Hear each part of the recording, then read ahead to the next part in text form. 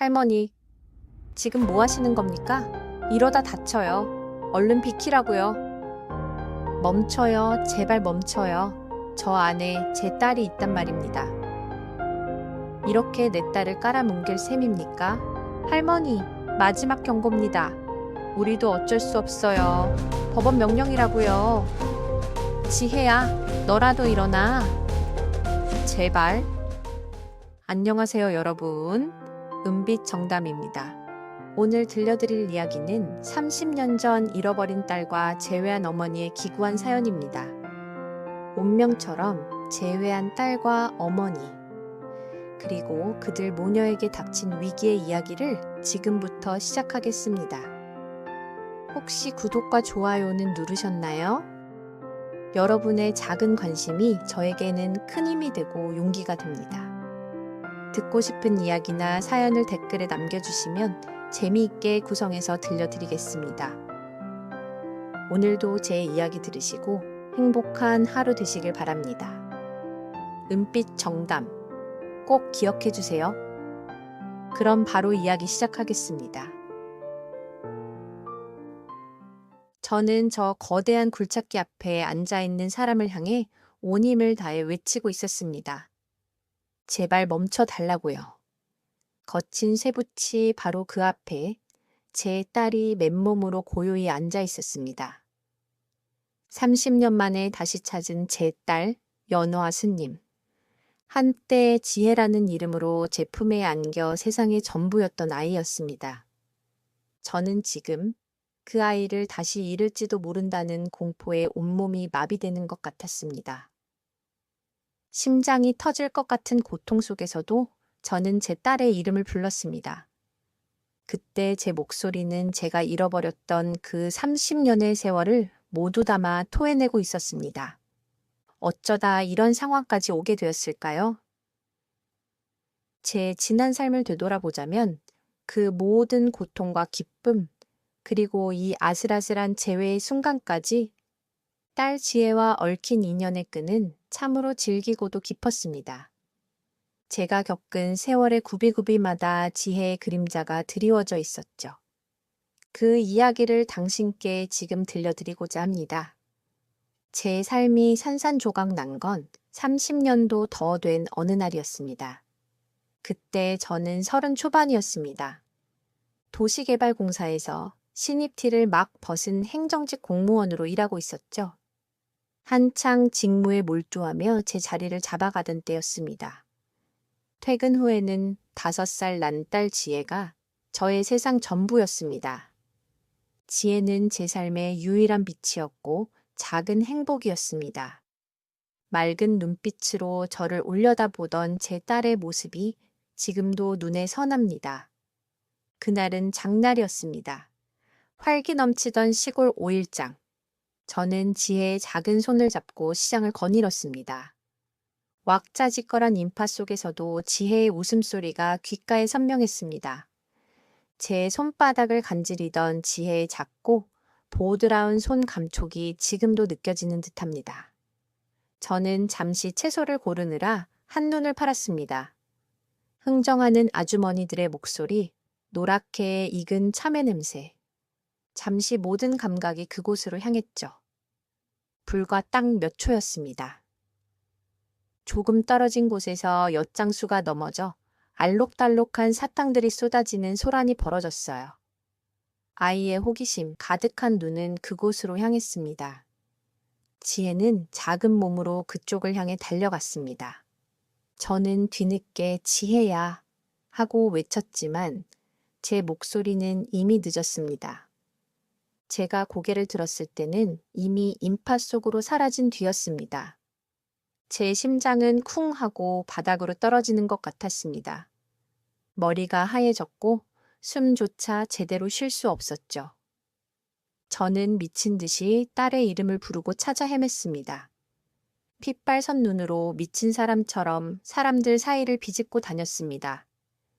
지혜야, 이지혜. 제 목소리가 찢어지고 발이 부르트도록 온 마을을 뒤지고 경찰에 신고하고 인근 방송국에도 사연을 보냈습니다. 지푸라기라도 잡는 심정으로 가능한 모든 방법을 다 동원했죠. 수백 번, 수천 번 같은 길을 오가며 지혜를 찾아다녔습니다. 밤이 오고 또 다른 밤이 와도 제 딸 지혜의 흔적은 그 어디에서도 발견되지 않았습니다. 아이의 작은 신발을 부여잡고 매일 밤 오열했습니다. 제 손에서 미끄러져 사라진 아이, 그 죄책감은 비수가 되어 제 심장을 찢었습니다. 딸아이의 밝은 웃음소리가 사라진 제 집은 차갑고 쓸쓸한 빈 껍데기만 남았습니다. 남편은 저를 원망하고 또 원망했습니다. 전 어떤 변명도 하지 않았고 또 할 수도 없었습니다. 지혜를 잃어버린 지 2년 후 결국 남편은 제 곁을 떠났습니다. 전 남편을 잡을 기운조차 없었습니다. 지혜를 잃어버린 날부터 저의 삶은 지옥과 다름없었습니다. 저는 평생 딸을 잃은 죄책감과 그리움 속에서 몸부림쳤습니다. 밥 한 술조차 제대로 넘기기 힘들었습니다. 유일하게 마음을 기댈 곳은 지혜의 명복을 빌고 어쩌면 살아있을지 모를 아이의 안녕을 기원하는 작은 사찰이었습니다. 그 고요한 절에서 저는 간신히 숨을 이어갔습니다. 저의 하루하루는 마치 시체처럼 흘러갔습니다. 딸을 찾으려는 희망의 불씨가 때로는 저를 살게 했고 때로는 저를 더 큰 나락으로 밀어 넣었죠. 밤마다 아이의 환청에 시달리기도 했습니다. 엄마! 부르는 목소리에 번개처럼 일어나 주위를 살폈지만 거기에는 아무도 없었죠. 그 비명소리는 저의 귓가를 떠나지 않았습니다. 하지만 제 딸, 지혜에게는 새로운 삶이 기다리고 있었습니다. 길을 잃은 제 딸은 시장 근처 사찰을 자주 드나들던 불심 깊은 노부부에 의해 발견되었습니다. 경찰에 신고도 해봤지만 결국 부모를 찾을 수 없었다고 했습니다. 결국 노부부는 아이가 없었기에 제 딸을 친자식처럼 보살폈다고 합니다. 부처님께서 자신들의 처지를 안타깝게 여겨 딸을 내려준 것이라 생각하고 말이죠. 어린 지혜는 처음에는 낯선 환경에 울고 낯설어 했습니다. 부모에 대한 막연한 기억에 불안해하기도 했죠.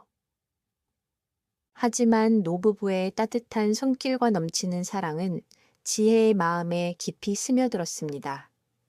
지혜는 비록 친부모를 잃었지만 노부부 덕에 건강하게 성장했다고 해요. 노부부는 비록 넉넉지 않은 살림이었지만 지혜의 교육만큼은 최선을 다했습니다. 지혜는 시골 작은 학교에서 누구보다 성실한 학생으로 지냈죠. 학업에 열정적이었고 특히 미술 시간에 그림 그리기와 국어 시간에 글쓰기에 비범한 재능을 보였다고 합니다. 마을 어른들에게는 싹싹하고 예의 바르다는 칭찬이 자자했습니다. 학교에서는 친구들과 잘 어울리며 모범적인 학생으로 성장했습니다. 노부부에게 지혜는 삶의 마지막 선물이었고 지혜에게 노부부는 세상의 전부였습니다. 그들의 작은 오두막은 항상 사랑과 웃음으로 가득했다고 해요. 제 딸은 어쩌면 저와 있을 때보다 더 큰 사랑 속에서 자라났는지도 모르겠습니다. 저에게 없었던 평범한 가족의 행복을 지혜는 그렇게 누리고 있었습니다. 노부부의 따뜻한 보살핌 아래 지혜는 제가 놓쳐버린 삶의 한 조각을 다시 채워가고 있었던 겁니다. 고등학교를 졸업한 지혜는 노부부를 위해 곧장 안정적인 직장을 가지기로 결심하고 전문 기술을 배우기 시작했습니다. 대도시로 홀로 상경했습니다. 낮에는 작은 식당에서 아르바이트를 하고 밤에는 디자인 학원에 다니며 웹 디자인 기술을 익혔습니다. 타고난 재능과 성실함으로 섬세하고 감각적인 디자인을 선보였죠. 지혜가 디자인한 시안들은 늘 다른 학생들보다 한 발 앞서 있었다고 합니다. 졸업 후에는 작은 규모의 IT 회사에 취업했습니다. 자신만의 아기자기한 디자인으로 고객들에게 좋은 평을 받았고 회사 웹사이트의 메인 페이지를 도맡아 디자인하며 중요한 프로젝트들을 이끌었습니다. 회사의 성장에도 기여하며 제 딸은 그렇게 꾸준히 커리어를 쌓아갔다고 해요.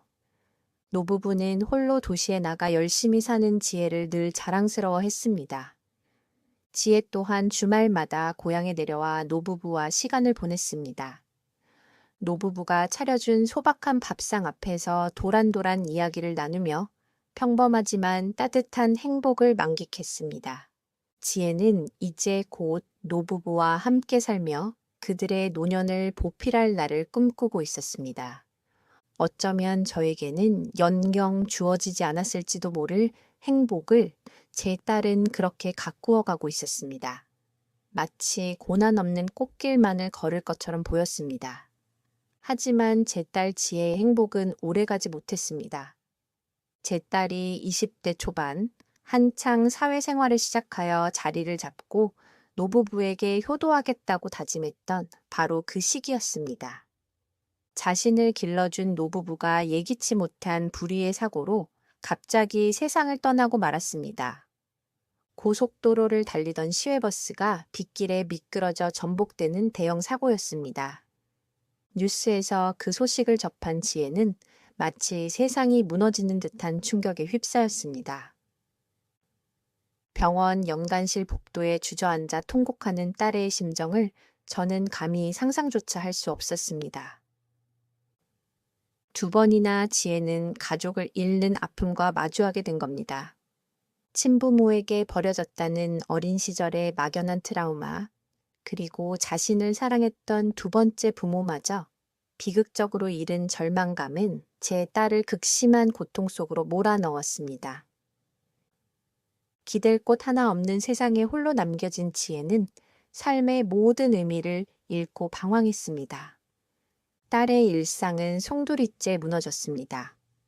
회사도 나갈 수 없었고 잠에서 깨어나면 그저 울기만 했다고 해요. 삶의 마지막 희망마저 사라진 것 같았다고 합니다. 그런 지혜가 의지할 수 있었던 곳은 노부부가 생전에 늘 다니던 그 사찰이었습니다. 그곳의 고요함, 스님들의 자비로운 가르침, 그리고 은은한 향 냄새 속에서 딸은 마음의 작은 위안을 얻었습니다. 이 고통스러운 세상의 모든 인연과 집착을 끊어내겠다는 강렬한 의지가 딸의 마음속에 솟아났다고 합니다. 결국 제 딸 지혜는 속세와의 모든 인연을 끊고 출가를 결심합니다. 연화 스님이라는 법명을 받고 수행의 길에 들어섰습니다. 과거의 아픔을 치유하고 해탈을 향한 고행을 시작한 것입니다. 딸의 눈빛은 이전에 밝고 명랑했던 지혜와는 확연히 달라져 있었습니다. 모든 세속적인 욕망과 흔적이 사라진 차분하고 고요한 눈빛이었죠. 저의 삶도 지옥 같은 고통의 연속이었습니다. 저는 도시개발공사에서 30여 년간 행정직 공무원으로 일했습니다. 낮에는 도시계획, 건축 인허가, 법률 검토 등 복잡한 행정 절차와 규정들을 익히며 수많은 서류와 씨름했습니다. 저는 흔들리면 안 된다고 스스로를 다잡았습니다. 제가 흔들리면 이 혼란스러운 도시의 질서마저 무너질 것 같았습니다. 철저하게 이성적이고 냉철하게 일에 임했습니다. 퇴근 후에도 저는 업무에 몰두하곤 했습니다. 하지만 제 마음속으로는 끊임없이 아이를 찾아 헤맸죠. 퇴근 후에는 아이가 사라진 그 시장을 다시 찾아가 지혜의 이름을 불렀습니다. 덩 빈 시장을 헤매며 하염없이 울기도 했습니다. 매년 돌아오는 지혜의 생일과 제가 아이를 잃어버린 날짜는 저에게 한없는 절망감을 안겨주었습니다. 늙어가는 거울 속 제 모습이 낯설 때도 있었습니다.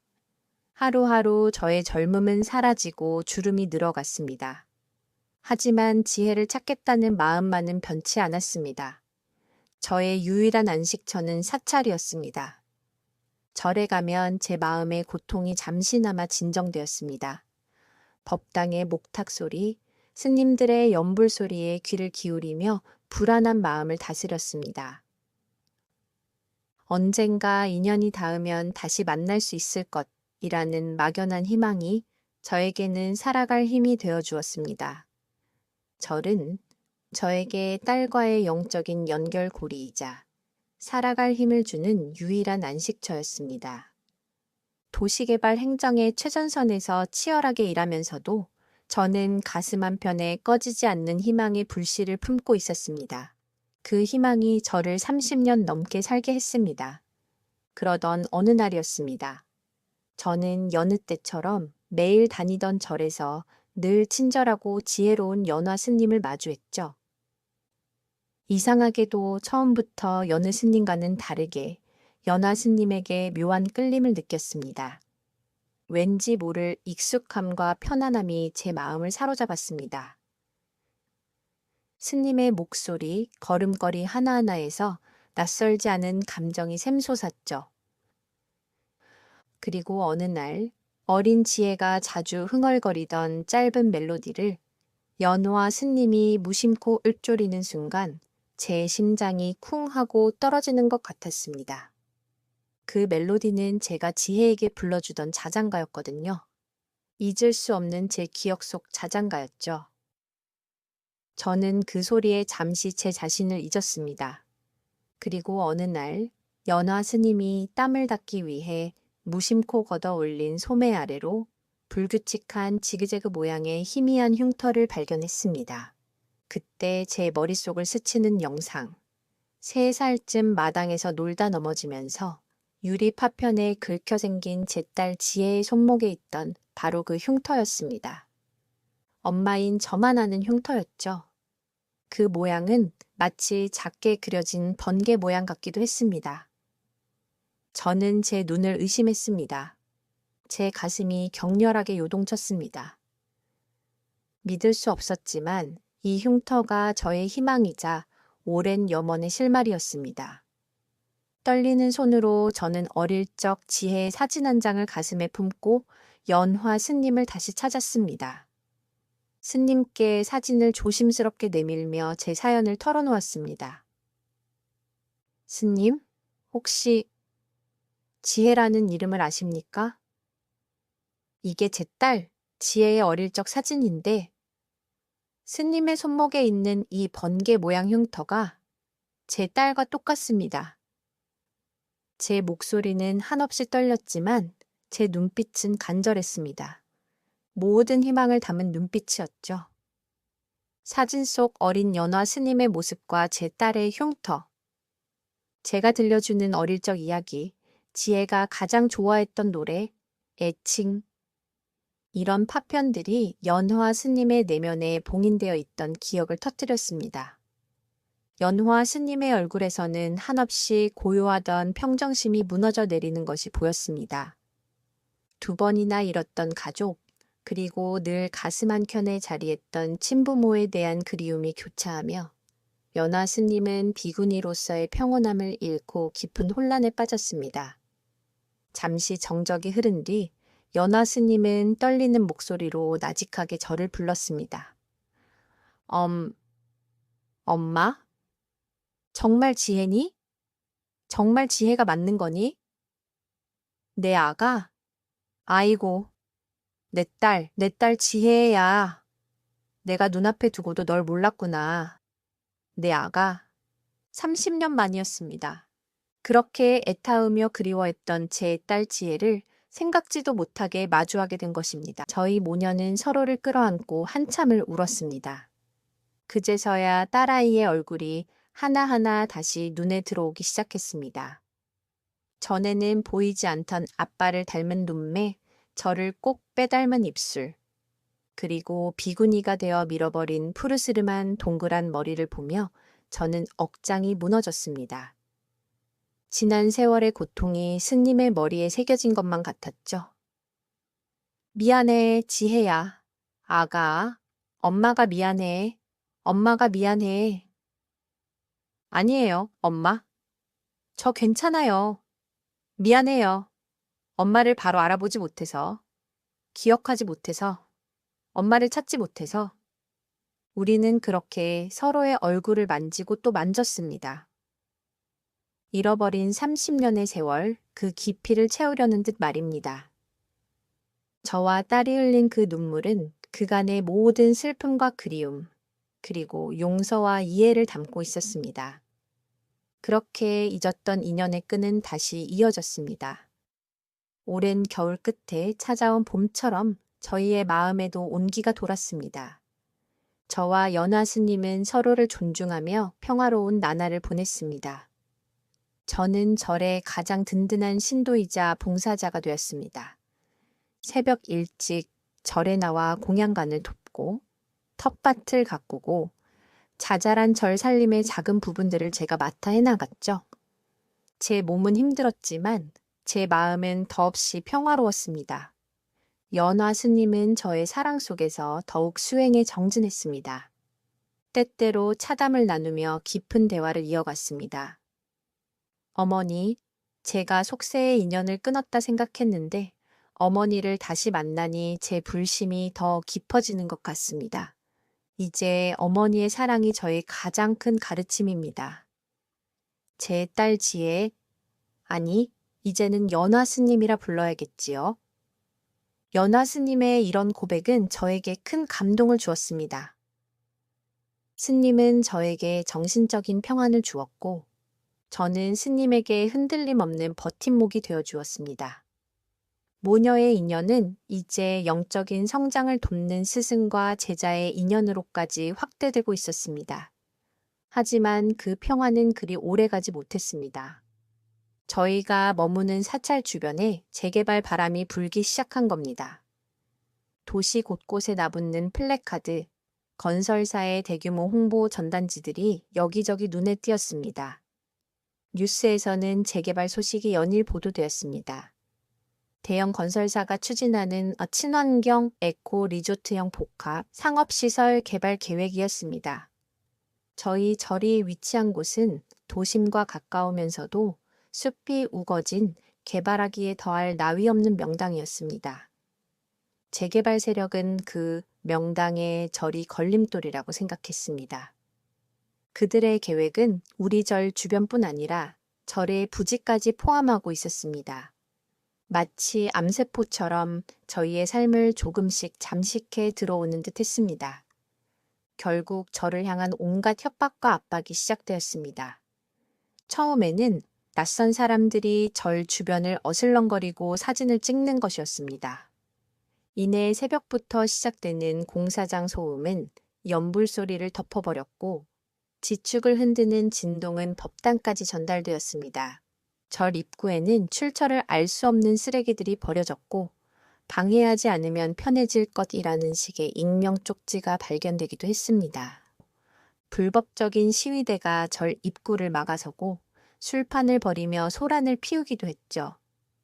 절 주변에는 위압적인 굴착기와 트럭들이 즐비하게 세워져 있었습니다.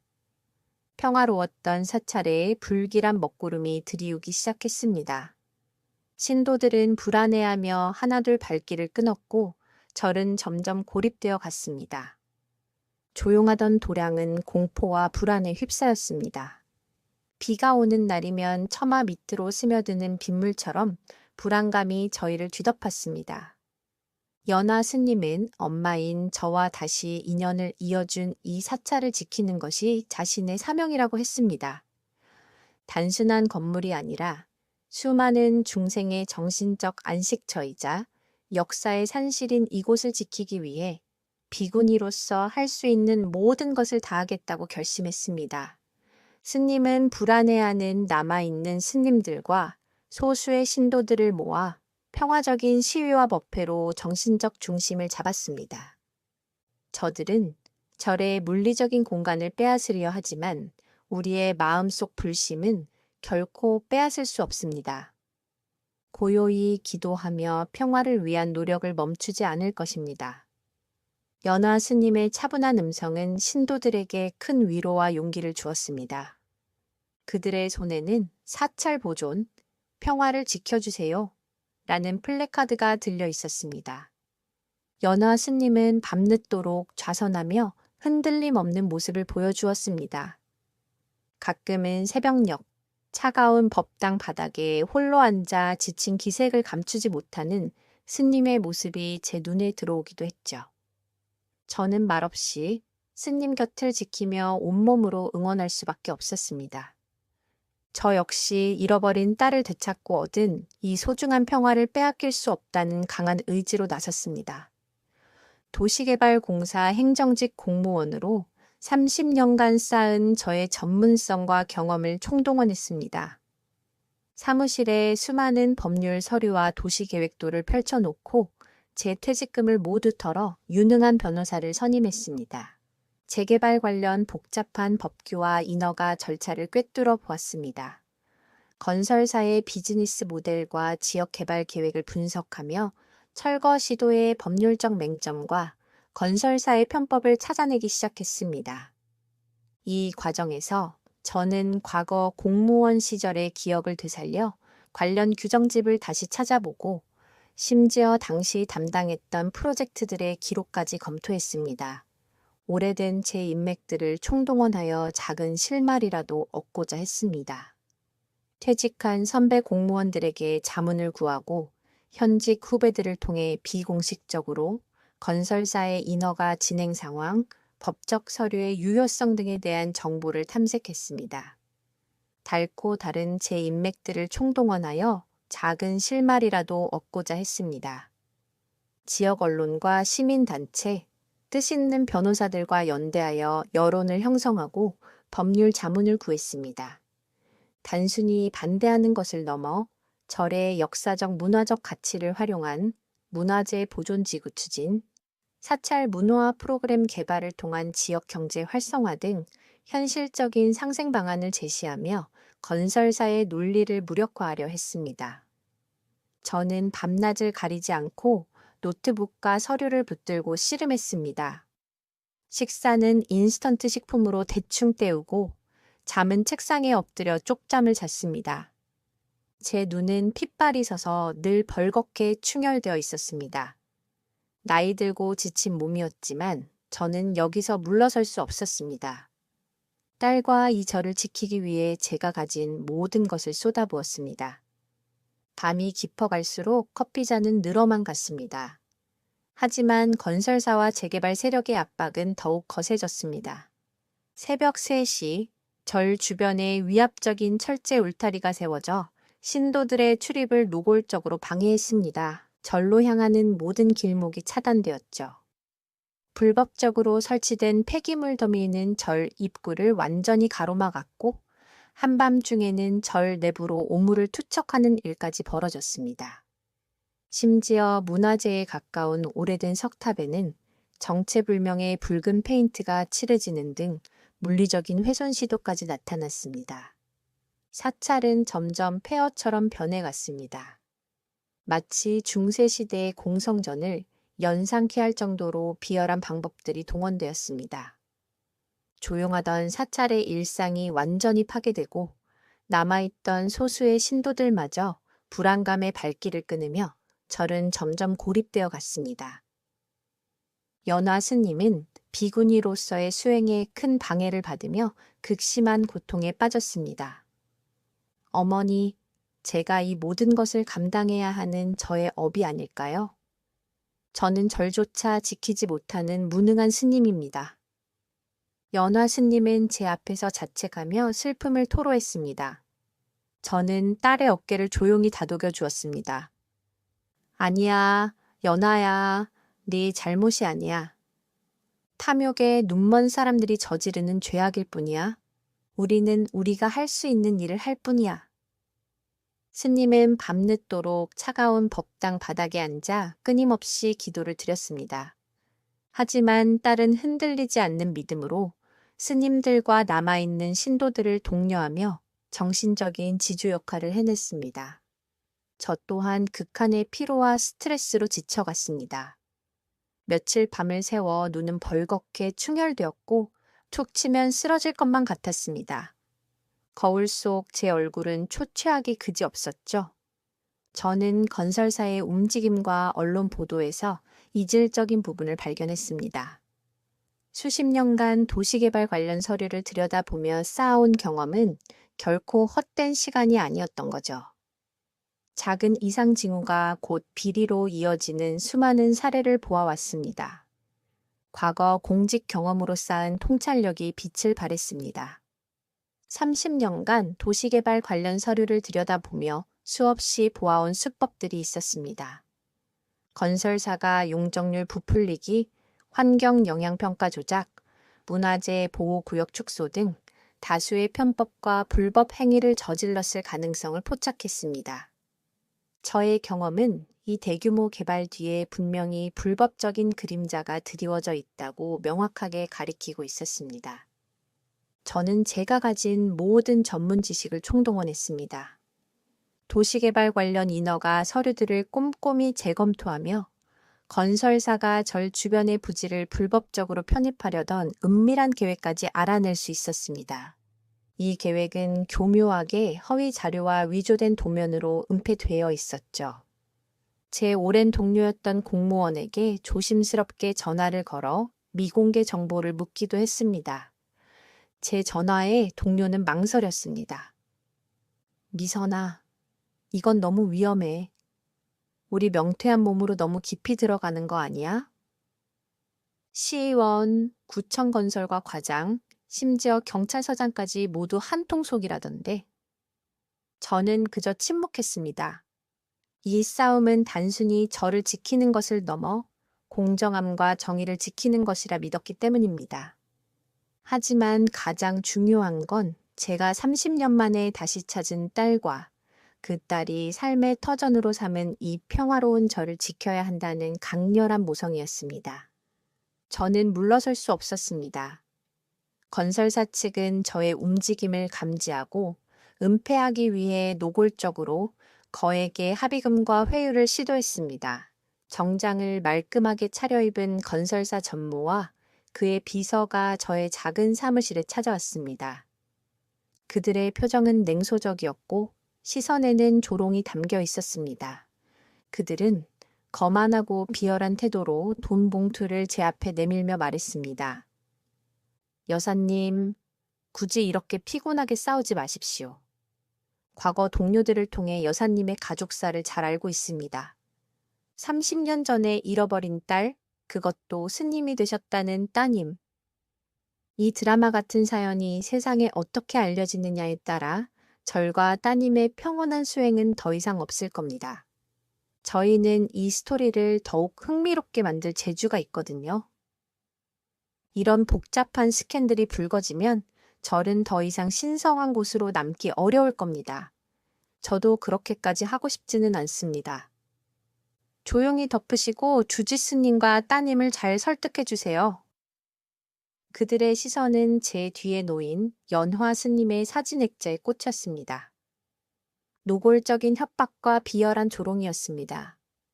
제 심장이 떨렸고 참을 수 없는 분노가 밀려왔지만 저는 이성을 잃지 않았습니다. 단호하게 돈 봉투를 밀어내며 이 싸움은 돈으로 해결될 일이 아닙니다. 세상에는 돈으로 해결되지 않는 것도 있습니다. 라고 말했습니다. 건설사 전무는 얼굴을 찡그리며 싸늘하게 비웃고 사라졌습니다. 저와 연화 스님은 정신적으로 육체적으로 극한의 시련에 처했습니다. 제가 이 싸움에서 지면 저는 딸을 또다시 잃는 겁니다.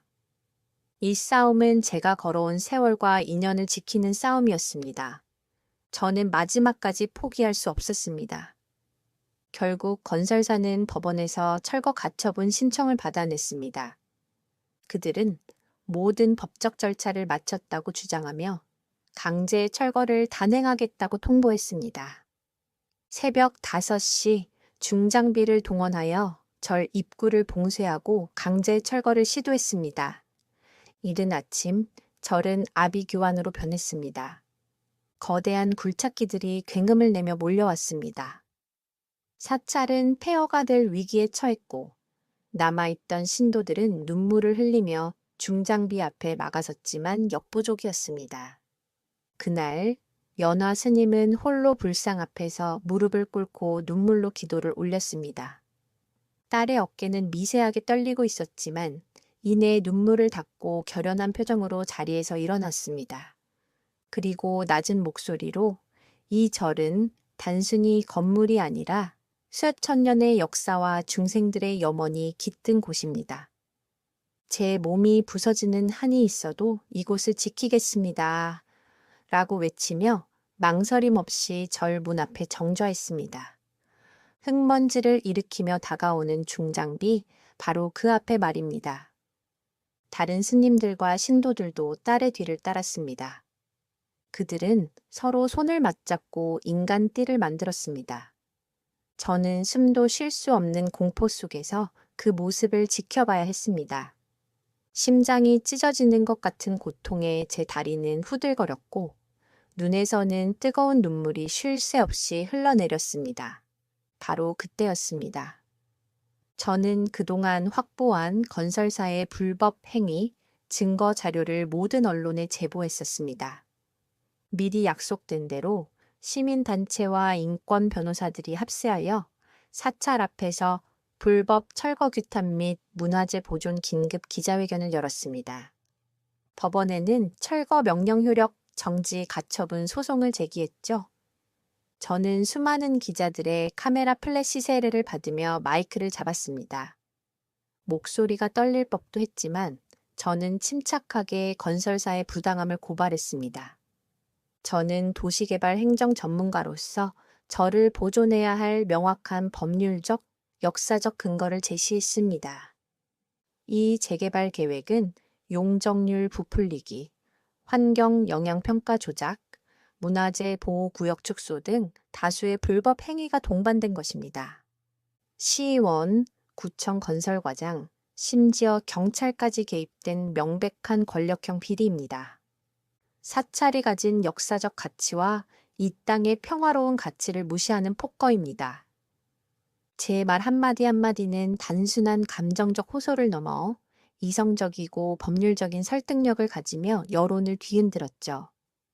TV 뉴스 속보로 제 기자회견이 생중계되었습니다. 중장비는 연화 스님을 향해 위협적으로 다가오고 있었습니다. 그 굉음은 마치 세상을 집어삼킬 듯 했습니다. 저는 온 힘을 다해 외쳤습니다. 멈춰, 제발 멈춰, 제발 내 딸에게서 떨어져. 연화 스님은 눈을 감고 흔들림 없이 그 자리를 지켰습니다. 스님의 표정에는 마치 모든 것을 초월한 평온함이 서려 있었습니다. 저는 제 딸을 지켜야만 했습니다. 굴착기의 소의 집게가 연화 스님의 머리 위로 점점 아슬아슬하게 다가왔습니다. 연화 스님의 목숨을 건 저지와 저의 치밀한 법률적 폭로, 그리고 들끓는 언론과 시민들의 지지에 밀려 건설사의 중장비는 아슬아슬하게 멈춰섰습니다. 제 딸 연화와 스님의 바로 코앞에서 굉음을 멈춘 것입니다. 현장은 믿을 수 없다는 듯 순간 정적이 흘렀습니다. 이내 감격에 겨운 신도들의 울음소리와 환호성이 터져 나왔습니다. 방송국에서 몰려들자 철거는 즉각 중단되었습니다. 이어진 법적 공방에서 제가 제시한 명확하고 방대한 증거 자료와 시민사회의 지지가 결정적인 역할을 했습니다. 절은 결국 철거 위기에서 벗어나 무사히 보존될 수 있게 되었습니다. 건설사의 재개발 계획은 백지화되었고 비리를 저지른 건설사 관계자와 연루된 시의원, 구청 공무원, 경찰 관계자들은 법의 심판을 받게 되었습니다. 그들은 자신들의 탐욕 때문에 모든 것을 잃게 되었죠. 절은 평온을 되찾았습니다. 흙먼지가 가라앉고 다시금 고요한 법당의 연불소리가 들려왔습니다. 저는 딸을 잃은 죄책감과 진한 아픔을 완전히 치유했습니다. 딸의 삶과 그 가치를 지켜냄으로써 저는 진정한 제 자신의 구원을 찾은 것이나 다름없었습니다. 연화 스님은 잔잔한 미소를 지으며 저의 손을 잡았습니다. 스님은 속세의 모든 고통과 번뇌 속에서도 어머니의 사랑과 중생에 대한 자비심이 얼마나 강력한 수행의 바탕이 되는지 깨달았다고 말해 주었습니다. 어머니 덕분에 제가 진정한 깨달음을 얻었습니다. 감사합니다. 저와 연화 스님은 이제 혈육을 넘어선 더 깊고 단단한 인연으로 맺어졌습니다. 단순히 모녀 관계를 넘어선 영적인 동반자이자 동지 관계입니다. 저는 절의 가장 든든한 신도이자 봉사자로, 연화 스님은 대중의 존경을 받는 스승이자 저의 자랑스러운 딸로 각자의 자리에서 빛나는 삶을 살고 있습니다. 봄이면 절 마당에 꽃이 피고, 여름이면 매미 소리가 가득하고, 가을이면 단풍이 붉게 물들며, 겨울이면 고요히 눈이 쌓이는 것처럼 저희의 삶은 이제 자연의 순리대로 흘러갑니다. 여기서 끝이 아닙니다. 이 모든 일을 겪으면서 우리는 단순한 사찰 보존을 넘어 세상에 더 큰 울림을 주고자 계획했습니다. 연화 스님은 저를 템플 스테이와 마음치유 센터로 특화시켜 현대인들의 번뇌를 보듬는 공간으로 만들자고 제안했습니다. 저는 제 공직 경험을 살려 체계적인 프로그램 기획과 행정 업무를 도왔습니다. 지혜가 과거에 배웠던 웹 디자인 기술은 다시 빛을 발했습니다. 옛 동료와 후배들이 자원봉사로 참여하여 절의 아름다운 자연경관과 평화로운 분위기를 담은 멋진 홈페이지를 만들어 주었습니다. 웹툰 작가로 활동하던 지혜의 친구는 재개발 반대투쟁의 과정을 웹툰으로 연재하여 수많은 사람들에게 감동과 연대의식을 불어넣었죠. 그 덕분에 우리 절은 예상보다 훨씬 많은 사람들에게 알려지게 되었고, 힘든 시기를 보내는 이들에게 위로와 희망을 전하는 치유의 도량이 되었습니다.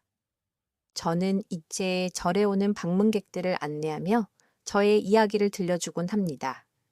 연화 스님은 저의 손을 잡고 종종 말합니다. 어머니, 이제 저희는 세상과 소통하는 절을 만들고 있습니다. 모두 어머니의 지혜와 사랑 덕분이죠. 그리고 최근에는 연화 스님과 함께 마음의 평화를 찾는 도시 숲 프로젝트라는 이름으로 새로운 활동을 시작했습니다. 도시 곳곳의 자투리 땅에 작은 정원을 만들고 명상 공간을 조성하여 시민들이 잠시나마 자연 속에서 휴식을 취하고 마음을 다스릴 수 있도록 돕는 것이죠. 저의 행정 경험과 연화 스님의 정신적 지혜가 합쳐져서 만든 이 프로젝트는 많은 시민들에게 큰 호응을 얻고 있습니다. 저희는 절이라는 공간을 넘어 도시 전체의 평화를 심기 위해 노력하고 있습니다. 제가 딸을 잃고 헤매던 그 오랜 시간의 고통이 이제는 저와 제 딸의 이름으로 세상에 긍정적인 변화를 만들어가고 있습니다. 저희의 이야기가 희망을 잃은 누군가에게 작은 등불이 되기를 간절히 바랍니다. 사연 재미있게 들으셨나요? 오늘 하루도 마무리 잘하시고 내일 하루도 행복이 가득하셨으면 좋겠습니다. 다음에 또 재미있는 사연으로 다시 찾아오겠습니다. 여러분의 작은 관심이 제게는 큰 힘이 됩니다. 은빛 정담이었습니다.